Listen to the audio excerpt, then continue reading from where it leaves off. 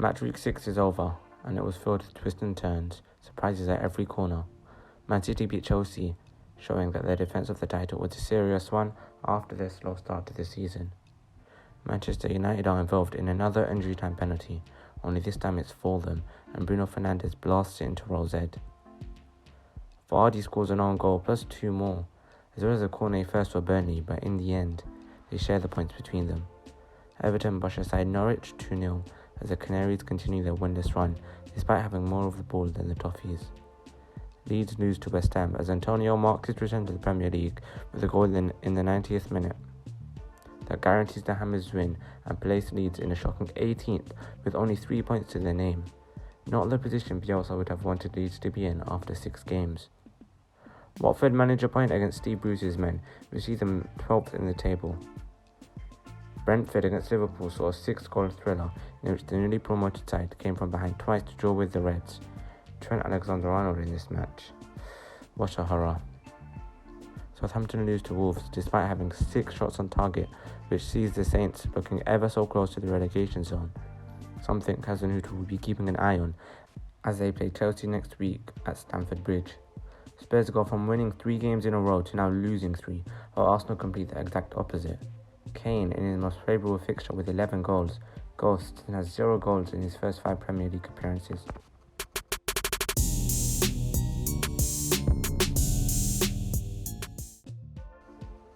Match week 6 commenced with a giant of a game in the form of the replay of last year's Champions League final. Man City, Premier League champions, visited the home of European champions Chelsea, who had previously beaten them 1-0 in last year's UCL final in Portugal, where Havertz scored the winner. Chelsea's goalkeeper Edouard Mendy had recovered from a short-term injury and was back in goal, meaning Kepa didn't need to start. Yet the result went the other way as Chelsea failed to register a single shot on target the entire 90 minutes, and Gabriel Jesus bagged the only goal of the match in the 53rd minute. Another from the striker was cleared off the line by Thiago Silva. All in all, Man City had 15 shots, which may make some wonder whether or not they truly need a striker.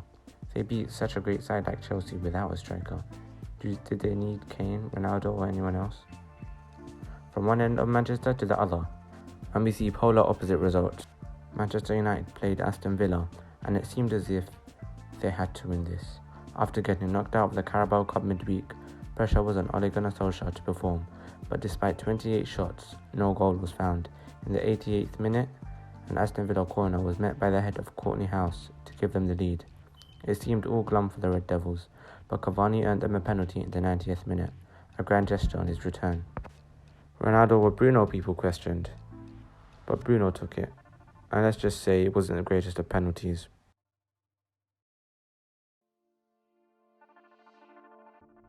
In uncharacteristic fashion, he blasted it into row Z. 3 losses in the last 4 games has now powered the pressure even more on Solskjaer. Will he win a trophy this season, or will over £400 million have been spent on him for no reason? Now in Merseyside, where Everton took on Norwich City, where a penalty from Andros Townsend and a second from Doucouré saw the Toffees take their 4th win of the Premier League campaign, as well as a clean sheet. Norwich are still yet to win a point. Having said that, they do have quite favourable fixtures in the future. One shock of the season has to be Leeds United, as their current form has them sitting in 18th with 3 draws and 3 losses, West Ham being their most recent defeat. A team in form, plus the addition of Mikel Antonio, would only produce good things. Rafinha scored first, but conceded late on through a Firpo own goal, and Mikel Antonio scoring his 5th goal of the season in the 90th minute to make it 2-1, rewarding all those FPL owners who kept him. But the heartbreak doesn't stop there, as despite coming back from a slight injury, Rafinha had to come off, which means that both Rafinha and Bamford are now injured. Can new signing Daniel James step up and provide the push Leeds need to kickstart their season?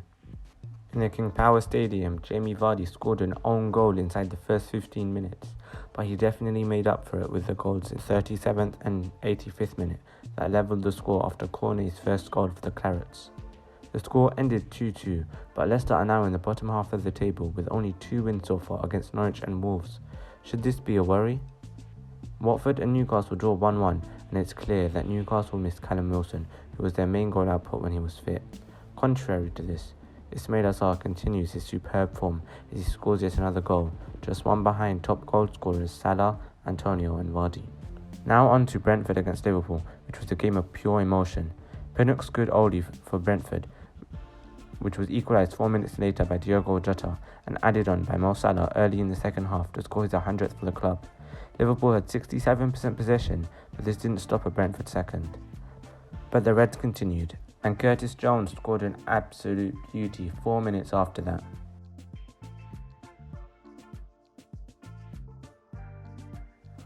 After all seemed to be over, the Bees scored an equaliser in the 82nd minute, highlighting to the entire league that they aren't pushovers, but really as good as the rest. The first meeting between the two sides ended 3-3, with it seeming as if Liverpool had dropped 2 points as opposed to gaining only 1.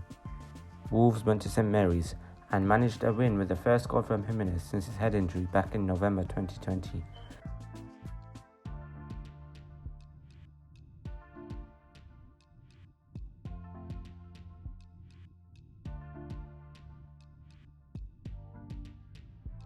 "18 shots from Southampton with 6 on target saw none go in as the Saints continue their winless run in the league. A magnificent assist from Jose Sarr to Jimenez saw them gain a win that was desperately needed by Bruno Lage. And on to the North London derby, where the Gunners absolutely tore Spurs to shreds in the first half. Goals from Smith Rowe, Aubameyang and Saka all in the first half practically put the game to bed before the half-time whistle had been blown. Some late attacks from Spurs seemed trivial, as a goal from Son only acted as consolation, and Spurs make their last 3 game losses. Work is needed from Nuno's men, and fast. Brighton had the chance to top the league, but don't take it. Instead, they draw to Crystal Palace 1-1, a Wilfred Zaha penalty, and Neil Maupay scoring in the 95th minute to equalise, making it 1-1, meaning they're level on points with Manchester City, Chelsea, Man United and Everton, all on 13. An absolute fantastic start to the season for the Seagulls sees them in 6th place. Where do you think Graham Potter's side will finish at the end of the season? Let me know down below. Also, tell me what you think will take place midweek in the Champions League. I'll leave my predictions in the description. Don't forget to subscribe and like the video. Until next time, goodbye.